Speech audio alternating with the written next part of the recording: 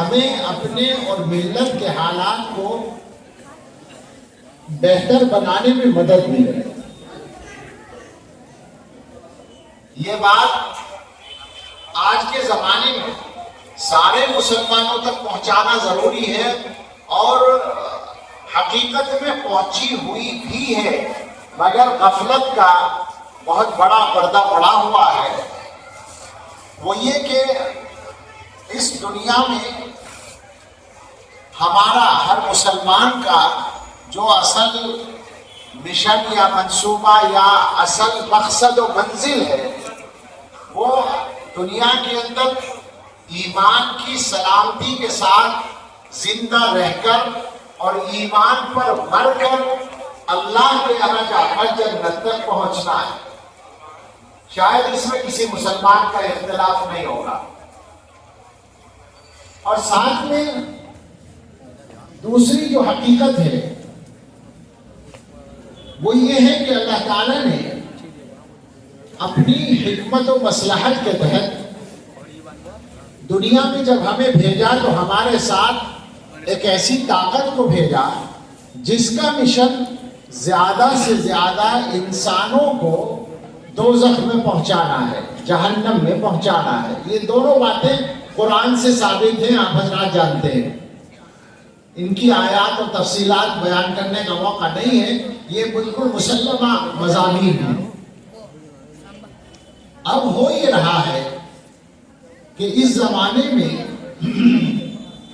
شیطان کے وہ جو دوسری طاقت ہے، اس کا نام سب کو معلوم ہے، ابلیس نام ہے، شیطان نام ہے۔ اس کے جو کارندے ہیں جن کو خود قرآن میں شیطان کہا گیا ہے، میں یہ بات آج کل بار بار پہنچاتا ہوں کہ قرآن کریم سے یہ بات صاف لفظوں میں معلوم ہے کہ شیطان دو قسم کے ہیں، ایک شیطان کی برادری کے، ایک ہماری برادری کے۔ قرآن میں ہے وَكَذَلِكَ جَعَلْنَا لِكُلِّ نَبِيٍّ عَدُوًّا شَيَاطِينَ الْإِنسِ وَالْجِنِّ۔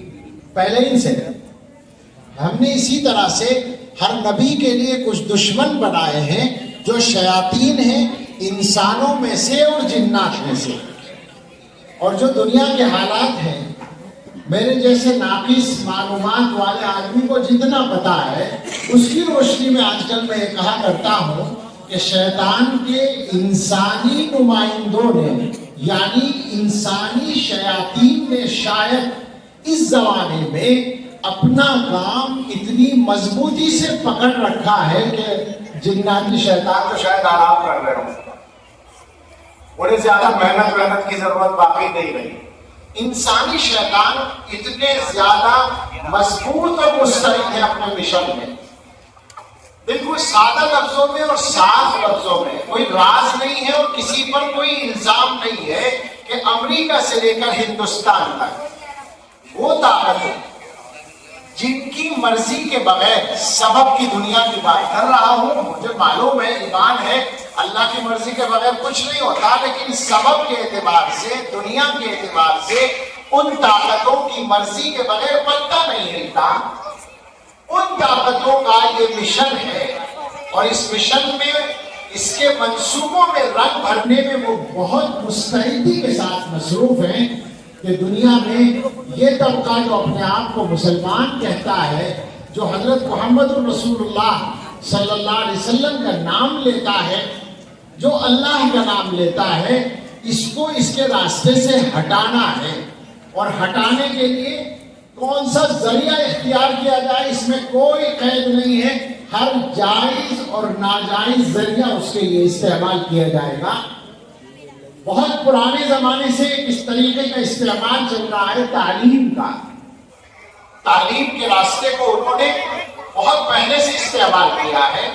ہندوستان کے اندر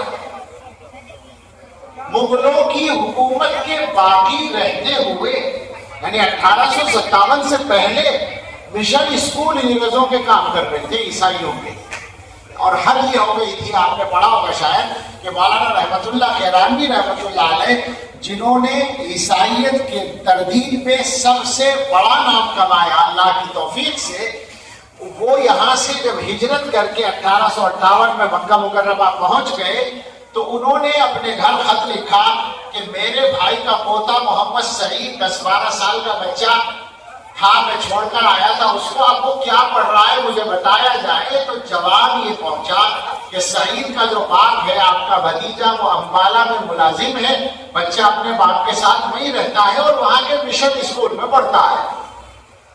تو حضرت نے لکھا کہ جس عیسائیت کی تردید میں میں نے اپنا سب کچھ قربان کر دیا، میرے گھر کا بچہ انہی کے گود میں پہنچ گیا، اس بچے کو یہاں بھیجو مکہ مکرمہ میں اس کی تربیت کروں گا۔ یہی وہ بچہ تھا جس نے مدرسہ سولتیہ قائم کیا تھا، مولانا محمد سعید رحمۃ اللہ علیہ۔ تو یہ ان کا راستہ تعلیم والا بہت پرانا ہے، اور اس راستے سے مجھ سے زیادہ آپ جانتے ہوں گے، علی گڑھ میں بیٹھا ہوں میں، پورے ہندوستان میں ہندوستان کے اکثر حصوں میں گیا ہوں، مجھے کوئی علاقہ نہیں ملا جہاں ان کے آج کے زمانے میں اسکول قائم نہ ہو۔ ایک ایک اسکول 5-5, 7-7, 10-10 ہزار بچوں، اسکول کی بات کر رہا ہوں، کالج کی نہیں۔ ہمارے علاقے میں ایسے ایسے اسکول جن میں 7-7 ہزار بچے پڑھتے ہیں، اور میں اپنی معلومات کی بنیاد پر ذمہ داری سے یہ بات کہتا ہوں کہ ان کے اسکول تعلیمی مشن نمبر 2 پر ہیں، تبلیغی مشن نمبر 1 پر ہے۔ اب عجیب بات یہ ہو گئی کہ ہمارے ہندوستان کے جو ہمارے ہم وطن ہیں، برادران وطن، جن کے ہاتھ میں آج کا اقتدار ہے، اس میں سے وہ طبقہ جو ایک خاص ذہنیت رکھتا ہے، جس کے ہاتھ میں اس وقت حکومت ہے، اس نے بھی وہ طریقہ سیکھ لیا ہے۔ لہٰذا اب نیو ایجوکیشن پالیسی آپ نے پڑھی ہوگی بہت سے حضرات نے، وہ میری بات کی تصدیق کریں گے کہ جو مشن عیسائیوں نے، انگریزوں نے بہت پہلے تعلیم کے راستے سے اپنایا تھا، ہماری حکومت نے ہندو مذہب کے حوالے سے اس کو اپنانا شروع کر دیا ہے۔ تعلیمی پالیسی کو پورے طور سے ہندوانہ رنگ میں رنگ دیا گیا ہے، اور اب یہ بندہ عاجز چھوٹا منہ بڑی بات آج کل یہ کہنے پر مجبور ہوتا ہے کہ ایسا وقت آ رہا ہے کہ آپ اپنے بچوں کو اسکول میں بھیجنے پر مجبور ہوں گے، مگر جب بچہ اسکول سے پڑھ کے آئے گا روزانہ تو آپ کہیں گے بچے سے کہ بیٹا کلمہ پڑھ لو، پتہ نہیں تمہارا ایمان باقی ہے یا ختم ہوا۔ ایسے حالات بالکل سامنے ہیں، یہ کوئی راز بھی نہیں ہے، کوئی الزام بھی نہیں ہے، وہ تو یہ کام اپنا کارنامہ سمجھ کے کر رہے ہیں۔ یہ ایک راستہ ہے، اس کے علاوہ بہت کچھ ہو رہا ہے۔ ایمان کے معاملات میں تشکیک پیدا کرنے کا کام، اللہ کے بارے میں، رسول کے بارے میں، اسلام کے بارے میں، اسلام کے احکام کے بارے میں، الگ الگ مسائل کے بارے میں میں تھوڑی مختصر بات کرنا چاہتا ہوں، صرف جلدی بول رہا ہوں، اشارے کر رہا ہوں، آپ لوگ سمجھ رہے ہیں۔ اس وقت کے جو ذرائع ابلاغ ہے، سوشل میڈیا جس میں سر فہرست ہے، اس کا استعمال سب سے زیادہ اس زمانے میں ہر زبان میں، میں انگریزی میں نہیں جانتا مگر میں عربی جانتا ہوں، عربی جو مسلمانوں کی زبان ہے، اسلام کی زبان ہے، قرآن کی زبان ہے، اس میں یہ کام دھڑے سے ہو رہا ہے، تو دوسری زبانوں کا کیا حال ہوگا؟ پکا ہے، پوری دنیا کے اندر تشکیل پیدا کی جا رہی ہے، اور آج صورتحال یہ ہے کہ میں اپنے تجربے کی روشنی میں یہ دعویٰ کر سکتا ہوں کہ یہ مجمع جو میرے سامنے بیٹھا ہے، یہ ایمان والوں کا مجمع، یہ داڑھی ٹوپی والوں کا مجمع، یہ دین سے محبت کرنے والوں کا مجمع، یہ علماء سے تعلق رکھنے والوں کا مجمع، اس میں 20-50 آدمی میں ایسے نکال دوں گا جن کے دماغوں میں شک کا کیڑا بیج کر چکا ہے پیدا، شک کا کیڑا اپنے بیج بو چکا ہے۔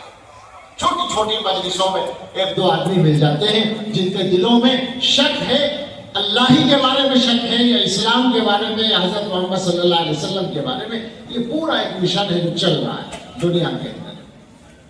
اس کے علاوہ ایک اور پہلو ہے، یعنی ایمانیات اور عقیدے سے ہٹ کر اگر بات کریں تو عمل کے تعلق سے دنیا کے اندر برائی پھیلانے کے لیے، فحاشی پھیلانے کے لیے جو کام ہو رہا ہے، میں نہیں مان سکتا کہ دنیا کی طاقتیں اور دنیا کی حکومتیں اس کو روکنے کے بارے میں واقعتاً سنجیدہ یا مخلص ہے، میری سمجھ میں کبھی نہیں آ سکتا، اس لیے کہ میں یہ بات جانتا ہوں کہ دنیا کے لاکھوں آدمی، کروڑ بھی ہو سکتے ہیں، لیکن لاکھوں آدمی تو باقاعدہ مشغلہ، ان کا ذریعہ معاش ہی ہے دنیا کے اندر گندی چیزوں کو پھیلانا۔ آپ لوگ مجھ سے زیادہ نیٹ کو جانتے ہوں گے، نیٹ پر لاکھوں سائٹس ہیں جو فحش فلمیں اپلوڈ کرتی ہیں، ظاہر بات ہے کہ ایک سائٹ چلانے کے لیے 2 4 10 5 آدمی تو بہرحال چاہیے ہوتے ہیں. اس کا مطلب یہ ہے کہ ایک بڑی تعداد ہے جو اس کام میں لگی ہوئی ہے اور کھل کر کر رہی ہے یہ کام، اس کو کوئی روکنے والا نہیں ہے. بہت ساری چیزیں ہیں. ان سارے حالات میں اپنے ایمان کو بچانا، اپنے بچوں کے ایمان کو بچانا، اپنے مستقبل کو بچانا اور سب کا خیر و عافیت کے ساتھ ایمان کی حالت میں دنیا سے رخصت ہو کر جنت میں پہنچنا، یہ ہمارا سب سے بڑا مسئلہ ہے. ہمارا سب سے بڑا مسئلہ روزگار نہیں ہے. روزگار کے لیے ہمارے سامنے مسائل پیدا کیے گئے ہیں، رکاوٹیں کھڑی کی گئی ہیں، مگر بحیثیت مسلمان 2 باتوں پر ہمارا ایمان ہے. ایک تو یہ کہ جو رزق مقرر ہے اس کو کوئی روک نہیں سکتا. دوسرے یہ کہ ہمیں شریعت نے اپنے حصے کا کام کرنے کا پابند کیا ہے، تو روزی کمانے کے لیے ہمیں اپنی محنت کرنی ہے. آگے رکاوٹیں جو بھی ہو وہ اپنی جگہ ہے، لیکن ہمارا مقدر ہمیں ملے گا. لہٰذا روزگار کا تو مسئلہ ہی نہیں رہتا. مسلمان کے سامنے اصل مسئلہ مسلمان بننے کا ہے، صحیح مسلمان بننے کا ہے. اس وقت کے جو حالات ہیں، ہم اپنے ملک کے حالات سے زیادہ واقف ہیں، اور ہم یہ کہہ سکتے ہیں کہ دنیا کے ملکوں میں شاید اتنی بڑی آبادی مسلمانوں کی اب شاید کہیں اور نہ ہو، اتنی بڑی آبادی کا جو حال ہے، بے شک کچھ جگہوں پر آپ کو دینی بیداری بھی نظر آتی ہے، کچھ جگہوں پر آپ کو نمازیوں کی کثرت بھی نظر آتی ہے، کچھ جگہوں پر آپ کو اللہ والے چہرے بھی دکھائی دیتے ہیں. لیکن جو سچائی ہے وہ یہ ہے کہ 90% سے زیادہ مسلمان نماز سے دور ہیں، 90% سے زیادہ مسلمان قرآن پڑھے ہوئے نہیں ہیں. اور آج کے زمانے میں آبادی کے اعتبار سے نشے کا تناسب مسلمانوں میں ہندوؤں سے زیادہ ہے. نشے کا معاملہ بہت برا حال ہے. ہم آپ کو بتا نہیں سکتے، اور کیا بتائیں گے، آپ خود جانتے ہیں. لیکن جو ہم سے کچھ چیزوں کے لیے، دعا کے لیے یا مشورے کے لیے رابطہ کرتے ہیں، تو بعد میسج پڑھ کر ہم کاٹ جاتے ہیں. سچ بتاتے ہیں، لڑکیاں میسج کر دیتی ہیں بعض مرتبہ، اور ان کا میسج پڑھ کے گھبراہٹ ہونے لگتی ہے، رونا آنے لگتا ہے. آخر کریں تو کیا کریں. اس کے علاوہ پورے ہندوستان کے اندر مسلمانوں کے گھروں میں جو سودی قرضے کا ایک جال بچھ گیا ہے، میرا دماغ کام نہیں کرتا کہ اس مصیبت سے ہندوستان میں مسلمانوں کو کیسے نکالا جا سکے گا. اچھا، یہ سارے کام ٹھیک ہو سکتے ہیں، مگر مسئلہ کیا ہے کہ جن کو کرنا ہے وہ بھی صحیح بات یہ ہے اپنی جگہ پہ نہیں کھڑے. یہ معاف کیجیے گا، جہاں میں بول رہا ہوں آپ سب سمجھ رہے ہیں، وہ سارے طبقے جو دینی معاملات کے ذمہ دار ہوں، وہ مدرسے والے ہوں، مسجدوں والے ہوں، خانقاہوں والے ہوں، تبلیغ والے ہوں، یہ جتنے بھی دینی کاموں کے ذمہ دار ہیں، موجودہ وقت میں 100% جس جگہ ہونا چاہیے وہاں نہیں ہے. ہم سب کو اپنے آپ کو بدلنا پڑے گا، تب معاملات ٹھیک ہوں گے. یہ بات ہمیں سب کو یاد رکھنی چاہیے کہ اللہ کی ذات بے نیاز ہے، اللہ کا دین بے نیاز ہے. اللہ تعالیٰ ہمارے محتاج نہیں ہے اپنے دین کا کام کرنے کے لیے. نہ کسی عالم کے محتاج، نہ کسی پیر و فقیر کے محتاج، نہ کسی امیر تبلیغ کے محتاج، نہ کسی مالدار کے محتاج، کسی کے محتاج نہیں اللہ تعالیٰ. جس سے اللہ تعالیٰ کام لے یہ اس پر اللہ کا احسان ہے. لہذا بہت صاف لفظوں میں یہ بات ہے کہ جو صحیح کام کرے گا اس سے کام لیا جائے گا، جو صحیح کام نہیں کرے گا اسے ہٹا دیا جائے گا. اس کے کام کا نتیجہ ختم کر دیا جائے گا، رزلٹ بند ہو جائے گا، نافعیت ختم ہو جائے گا. میں اس بات کو ذرا الفاظ بدل کر اور کہنا چاہتا ہوں کہ ہمارے کرنے کے جو کام ہیں وہ بہت سے کام نہیں ہو پا رہے، اس لیے کہ بہت سے ایسے کاموں میں ہم لگے ہوئے ہیں جو نہ کر لیں گے. علماء سے جب بھی میری بات ہوتی ہے، مہینے میں 2-4 دفعہ کہیں نہ کہیں علماء کے ساتھ میٹنگ ہوتی ہے، تو میں گزارش ہی کرتا ہوں کہ بھائی ہمارے کرنے کے بہت سارے کام ہیں، مگر ان میں سے بہت سے کام ہم نہیں کر پا رہے اس وجہ سے کہ بہت سے نہ کرنے کے کاموں میں ہم لگے ہوئے ہیں. بہت زیادہ کھل کر کہنے کا موقع نہیں ہے اور مجمع بھی مشترک ہے، اس لیے میں اپنی بات کو تھوڑا سا اسی مضمون کو دوسرے انداز سے کہنے کے لیے حدیث کا سہارا لیتا ہوں. میں نے ایک حدیث کا چھوٹا سا ٹکڑا پڑھا تھا یہ حدیث میں آج کل 1.5-2 سال سے تقریباً ہر جگہ سنانے کی کوشش کرتا ہوں، اس سے بھی کچھ معاملات کو سمجھنے میں اور معاملے کو ٹھیک کرنے میں مدد مل سکتی ہے اگر ہم چاہیں۔ یہ حدیث قدسی ہے جس میں اللہ تعالیٰ اپنے بندوں سے خود مخاطب ہوتے ہیں، یعنی قرآن کے الفاظ نہیں ہیں مگر خطاب اللہ تعالیٰ کا ہے۔ حضرت ابو ذر غفاری رضی اللہ تعالیٰ عنہ کی روایت ہے، وہ رسول اکرم صلی اللہ تعالیٰ علیہ وسلم سے نقل کرتے ہیں اور وہ اللہ تعالیٰ سے نقل کرتے ہیں۔ حضور تو سب کچھ اللہ ہی سے نقل کرتے ہیں، لیکن یہاں اللہ کی طرف سے ہی مخاطب ہیں۔ اللہ تعالیٰ اپنے بندوں سے فرماتے ہیں، یا عبادی، اے میرے بندوں سے مخاطب ہے پروردگار، اے میرے بندو، انی حرمت الظلم علی نفسی وجعلتہ بینکم محرما فلا تظالموا، میں نے اپنے اوپر ظلم حرام کر رکھا ہے اور تمہارے لیے بھی آپس میں ظلم کرنا حرام کیا ہے، تو ایک دوسرے پر ظلم نہ کرو۔ سچی بات یہ ہے کہ اس حدیث کا جو یہ ٹکڑا ہے، اگر اسی پر تفصیل سے گفتگو کی جائے تو ہماری نصیحت و عبرت کے لیے کافی ہے، مگر ظاہر ہے اس کا موقع اس وقت مجھے نہیں رہا۔ میں بس اشارہ ہی کرتا ہوں۔ ایک بات تو یہ کہ اللہ تعالیٰ اپنے بارے میں فرما رہے ہیں کہ میں نے اپنے اوپر ظلم حرام کیا ہے، حالانکہ اللہ تعالیٰ مالک ہے، خالق ہے۔ کم سے کم ایمان والے تو اس کو مانتے ہی ہیں، اور جو مالک ہوتا ہے اس کو اختیار ہوتا ہے، جو چاہے کرے۔ اللہ تعالیٰ اگر کافروں کو جنت میں بھیج دے، مسلمانوں کو جہنم میں بھیج دے، یہ بھی ظلم نہیں ہوگا، اس لیے کہ کافر بھی اللہ کے، مسلمان بھی اللہ کے، جنت بھی اللہ کی، جہنم بھی اللہ کی۔ مالک اپنی جس چیز کو چاہے جہاں رکھے، یہ واقعہ ہے۔ لیکن چونکہ اس کو انسان نا انصافی سمجھیں گے، ظلم سمجھیں گے، اللہ نے کہا میں یہ نہیں کرتا۔ ان اللہ لا یظلم مثقال ذرہ، ایک ذرہ برابر بھی ظلم نہیں کرتا۔ لیکن اس کے بعد اللہ تعالیٰ فرماتے ہیں جب میں خالق کائنات ہو کر، قادر مطلق اور مختار کل ہو کر ظلم نہیں کرتا تو تمہیں کیسے اختیار ہو جائے گا ظلم کرنے کا؟ وَجَعَلْتُهُ بَيْنَكُمْ مُحَرَّمًا فَلَا تَظَالَمُوا، آپس میں ایک دوسرے پر ظلم نہ کرو۔ اسی کی بات کر رہا تھا میں کہ اگر مثالوں سے اس کی تشریح کی جائے، گھر والوں کا گھر والوں کے ساتھ ظلم، شوہر کا بیوی یا بیوی کا شوہر کے ساتھ، اولاد کا ماں باپ یا ماں باپ کا اولاد کے ساتھ، بھائی کا بھائی کے ساتھ، پڑوسی کا پڑوسی کے ساتھ، کاروبار کے ایک پارٹنر کا دوسرے پارٹنر کے ساتھ، ایک ادارے کے ذمہ دار کا اپنے ماتحت کے ساتھ، اور اس کا برعکس ماتحت کا ذمہ دار کے ساتھ، ہم سب ظلم کر رہے ہیں اپنے اپنے جہاں جس کو موقع ملتا ہے۔ ماتحت کے ذمہ دار پر ظلم کرتا ہے اور اس کو الٹا، دونوں طرح ہوتا ہے۔ اسی طرح سے غریب کا امیر کے ساتھ اور امیر کا غریب کے ساتھ، دونوں کا ظلم، حاکم کا محکوم کے ساتھ، محکوم کا حاکم کے ساتھ۔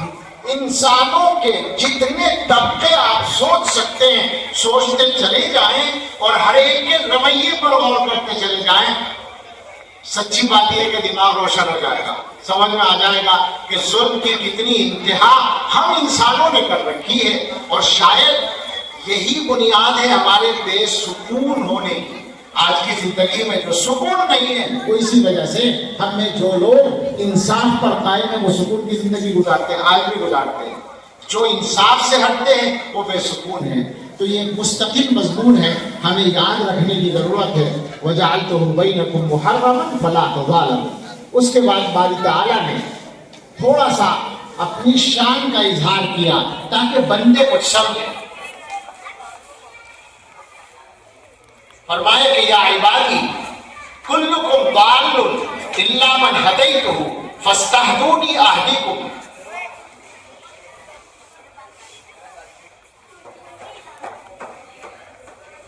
اے میرے بندو، تم میں سے ہر ایک گمراہ ہے سوائے اس کے جس کو میں ہدایت دوں۔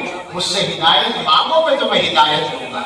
یہ جو اہدنا الصراط المستقیم کی دعا ہے روزانہ بار بار ہم سے کرائی جاتی ہے، اس کا مطلب یہی ہے کہ ہمیں ہر قدم پر اللہ تعالیٰ کی ہدایت اور رہنمائی کی ضرورت ہے، ورنہ بڑے بڑے گمراہ ہو جاتے ہیں اور پتہ بھی نہیں چلتا۔ فرمایا کہ کلکم ضال، تم میں سے ہر ایک گمراہ ہے سوائے اس کے جسے میں ہدایت دوں۔ تو مجھ سے ہدایت مانگو، میں تمہیں ہدایت دوں گا۔ یا عبادی کلکم جائع الا من اطعمتہ فاستطعمونی اطعمکم، اے میرے بندو تم میں سے ہر ایک گمراہ، تم میں سے ہر ایک بھوکا ہے سوائے اس کے جس کو میں کھلاؤں، مجھ سے مانگو میں تمہیں کھلاؤں گا۔ یا عبادی کلکم عار الا من کسوتہ فاستکسونی اکسکم، اے میرے بندو تم میں سے ہر ایک برہنہ ہے، بے لباس ہے سوائے اس کے جسے میں لباس پہناؤں، مجھ سے لباس مانگو میں تمہیں لباس دوں گا۔ یا عبادی انکم تخطئون باللیل والنہار وانا اغفر الذنوب جميعا فاستغفرونی اغفر لکم، اے میرے بندو تم دن رات گناہ کرتے ہو اور میں سارے گناہ بخشنے کے لیے تیار ہوں، مجھ سے معافی مانگو، مجھ سے مغفرت مانگو، میں تمہاری مغفرت کروں گا۔ اس کے بعد فرمایا کہ تم جانتے ہو میں کون ہوں؟ یا عبادی لو ان اولکم وآخرکم وانسکم وجنکم کانوا علی اتقى قلب رجل واحد منکم ما زاد ذلک فی ملکی شیئا، اے میرے بندو اگر تم میں سے شروع سے لے کر آخر تک کے تمام لوگ، تمام انسان، تمام جنات، سب کے سب تم میں سب سے بڑے متقی آدمی کی طرح بن جائیں۔ محدثین کہتے ہیں حضرت محمد صلی اللہ علیہ وسلم کی طرح سارے انسان، سارے جنات اتنے بڑے اللہ سے ڈرنے والے بن جائیں جیسے حضور صلی اللہ علیہ وسلم، سارے انسان اتنے بڑے عبادت گزار بن جائیں، اتنے متقی بن جائیں۔ باری تعالیٰ فرماتے ہیں ما زاد ذلک فی ملکی شیئا، اس سے میری بادشاہت میں کوئی اضافہ نہیں ہوگا، میں جتنا بڑا ہوں اتنا ہی رہوں گا، پہلے سے میں بڑا ہوں۔ وَلَوْ أَنَّ أَوَّلَكُمْ وَآخِرَكُمْ وَإِنسَكُمْ وَجِنَّكُمْ كَانُوا عَلَىٰ أَفْجَرِ قَلْبِ رَجُلٍ مِّنكُمْ، اگر یہ سارے لوگ، سارے انسان، سارے جنات تم میں جو سب سے بڑا نافرمان ہے، محدثین کہتے ہیں ابلیس، سارے شیطان بن جائیں، سارے اللہ کے باغی بن جائیں، سب اللہ سے بغاوت کر دیں، مَا نَقَصَ ذَلِكَ مِن مُلْكِ شَيْئًا، میری بادشاہت میں کوئی کمی نہیں آئے گی، میں جتنا بڑا ہوں اتنا ہی رہوں گا۔ اور اس کے بعد فرمایا کہ تم جانتے ہو میرے پاس کیا ہے اور کتنا ہے؟ یہ سارے کے سارے اول و آخر جن و انس قاموا فی صعید واحد، سب لوگ ایک میدان میں کھڑے ہو جائیں، اربوں خربوں پتہ نہیں کتنے بنے گے شروع سے آخر تک کے لوگ، تو سارے ایک میدان میں کھڑے ہو جائیں، فسألونی، اور سب مجھ سے مانگیں، سوال کریں جو انہیں چاہیے، فأعطیت کل واحد مسألتہ، جو آدمی جو کچھ مانگے میں اس کو دے دوں، سب کو دے دوں، ہر ایک نے جو مانگا اس کو دے دیا۔ تو کیا خیال ہے میرا کتنا خزانہ خرچ ہو جائے گا؟ فرمایا ما نقص ذلک مما عندی الا کما ینقص المخیط اذا ادخل البحر، اس کو ان سب کو دینے کے بعد خربوں خرب انسانوں کو ان کی خواہش کے مطابق دینے کے بعد میرے خزانے میں اگر کوئی کمی، تم کہہ سکو اس کو کمی آئے گی تو ایسی آئے گی جیسے سمندر میں سوئی ڈال کر نکال لی جائے، گلاس میں سوئی ڈال کر نکالو تو کوئی کمپیوٹر بتائے گا کچھ کم ہوا ہے، کوئی کمی نہیں آتی، اس لیے ایک بوند خرچ نہیں ہوتی۔ سمندر سے سوئی ڈال کر نکال لی جائے بھگو کر، کیا اس میں فرق آئے گا؟ باری تعالیٰ فرماتے میرے خزانوں کا یہ عالم ہے۔ آخر میں فرمایا یا عبادی انما ہی اعمالکم اوصیھا علیکم ثم اوفیھا ایاکم، میرے بندو یہ سب تمہارے اعمال ہیں، میں جمع کر لیتا ہوں پھر تمہیں لوٹا دیتا ہوں۔ فمن وجد خیرا فلیحمد اللہ، تو جو آدمی خیر پائے اللہ کا شکر کرے، ومن وجد غیر ذلک، اور جو خیر کے علاوہ پائے فلا یلومن الا نفسہ، اپنے آپ کو ملامت کرے اور کسی کو برا نہ کرے۔ یہ حدیث میں نے آپ کو پیش کی، مقصد یہ ہے کہ اس کی روشنی میں ہم اپنے حالات پر غور کریں۔ مقصد تو اصل میں حالات کو بدلنا ہے، اور حالات کسی ہوائی اور خیالی چیز کا نام نہیں ہے، وہ حالات جو ہیں وہ ہمارے حقیقی اعمال کا نتیجہ ہوتے ہیں۔ تو حالات کو بدلنے کے لیے ضروری ہے ہم اپنے اعمال کو بدلیں، اپنے کاموں کو بدلیں، اپنے آپ کو بدلیں۔ آج کل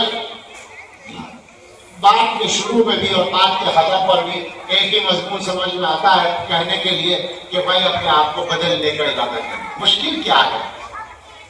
مشکل یہ ہے کہ ہم دوسروں کو بدلنے کا ارادہ کرتے ہیں، اپنے آپ کو بدلنے کا ارادہ نہیں کرتے۔ یہ ہم سب کی مشترک بیماری ہے۔ سچی بات کہہ رہا ہوں، اب اس سے زیادہ کھل کر میں نہیں کہوں گا اس مجمع میں، لیکن اس سے زیادہ کھل کر اور کہا بھی کیا جائے گا، سب سمجھ ہی رہے ہیں۔ ہماری مشترک بات ہے یہ کہ ہم میں سے ہر آدمی دوسروں کو بدلنے کے لیے کام کرتا ہے، اپنے بدلنے کا ارادہ نہیں کرتا، لہٰذا وہیں کہ وہی معاملہ رہتا ہے۔ بہت کچھ گڑبڑ ہے، بہت کچھ مشکلات ہیں، اور حقیقت یہ ہے کہ اللہ تعالیٰ اپنے بندوں کے ساتھ واقعتاً کوئی ظلم اور زیادتی نہیں کرتے، وہ تو بہت کچھ معاف کرتے رہتے ہیں۔ کوشش کریں ہم سب یہاں سے یہی پیغام لے کر جائیں کہ اپنے آپ کو بدلنا ہے، بدلنے میں ایک معیار بنا لیں کہ آخرت اصل ہے، دنیا نمبر 2 پر ہے۔ آخرت مقصد ہے، دنیا اس کا ذریعہ ہے۔ دنیا کے فائدے کے لیے آخرت کا نقصان نہ ہونے دیں۔ دنیا کے فائدے کے لیے آخرت کا نقصان کرنے والا سب سے بڑا احمق ہے، اور ایسے احمق ہمارے درمیان آج کل زیادہ ہیں۔ ہماری اکثریت اسی درجے میں احمق بنی ہوئی ہے، اس کو ہمیں سمجھنے کی ضرورت ہے۔ مدرسوں کے بارے میں اس زمانے میں کچھ کہنا آسان بھی نہیں ہے، لیکن مشکل بھی نہیں ہے، ضروری بھی نہیں ہے مگر غیر ضروری بھی نہیں ہے۔ عجیب بات ہے، میں تو ایک جملہ کہتا ہوں کہ مدرسے ہمارے لیے اللہ تعالیٰ کی کیسی نعمت ہے، یہ بات کم سے کم یہ بنتا ہے عاجز تو آپ کو نہیں سمجھا سکتا۔ جتنا جانتا ہے اس کی روشنی میں، نہ جاننے کی بات نہیں کر رہا ہوں، جتنا میں جانتا ہوں دنیا کے حالات کو، مسلمانوں کی ضرورت کو اور دنیا کی طاقتوں کے ارادوں کو، اس کی روشنی میں آپ سے کہتا ہوں کہ یہ مدرسے مسلمانوں کے لیے اللہ تعالیٰ کی کتنی بڑی نعمت ہے، یہ سمجھانا مشکل ہے۔ حقیقت یہ ہے کہ اللہ کی نعمتوں کا ادراک اور احساس کرنے کی بھی ہم لوگوں کو عادت کم ہے۔ میں اپنی بات بالکل ختم کرنے جا رہا ہوں، مگر ایک بات آ گئی ذہن میں، اللہ کی شریعت پر عمل کرنے کی آسانی، یہ اللہ کی ایک نعمت ہے جو اللہ نے ہمیں بہت اچھی طرح دی تھی، اس کی قدر ہم نے نہیں کی۔ بطور مثال کہتا ہوں کہ نماز پڑھنے کی آسانی پورے ملک کی ہر جگہ پر تھی۔ آپ نماز پڑھنے والوں سے پوچھیں، علماء سے پوچھیں، تبلیغ میں جانے والوں سے پوچھیں کہ کہاں کہاں نمازیں پڑھی ہیں۔ ہوائی جہازوں کے دروازوں تک پہ نمازیں پڑھی ہیں اور کوئی رکاوٹ نہیں آئی۔ اور آج یہ حال ہے، میں سچ بتا رہا ہوں، میں نے بسوں میں اور ہوائی جہازوں میں اور ایئرپورٹ پہ اور بورڈنگ کاؤنٹر کے بالکل سامنے ہر جگہ نماز پڑھی ہے۔ اور آج یہ ہے کہ پچھلے سال ایک ایئرپورٹ پر مجھے نیت بھی توڑنی پڑی اسی ہندوستان میں۔ آسانیاں کم ہو رہی ہیں، کیوں؟ اس لیے کہ اللہ کی اس نعمت کو پوری طرح سمجھ کے ہم نے اس کی قدر نہیں کی۔ ہمارے دروازوں پر مسجدیں کھڑی رہی اور ہم مسجدوں میں نہیں گئے، تو میاں اللہ بے نیاز ہے، یاد رکھیں۔ اللہ کو اپنی عبادت کرانے کی ضرورت نہیں ہے، یہ سب تو ہماری ضرورت ہے۔ ہم اپنے آپ کو بدلیں، اپنے معاشرے کو بدلیں، اور کم سے کم ہر آدمی اپنے گھر کو بدلنے کی ذمہ داری لے لے۔ اپنے گھروں میں یہ طے کر کے اٹھیں کہ ہر آدمی قرآن کی تعلیم حاصل کر لے، دین کی تعلیم حاصل کر لے، اور نمازی بن جائے، اور شریعت کے جو ضروری احکام جو زندگی کے ہر معاملے سے سامنے آتے ہیں ان کو جان کر ان پر عمل کرنے والا بن جائے۔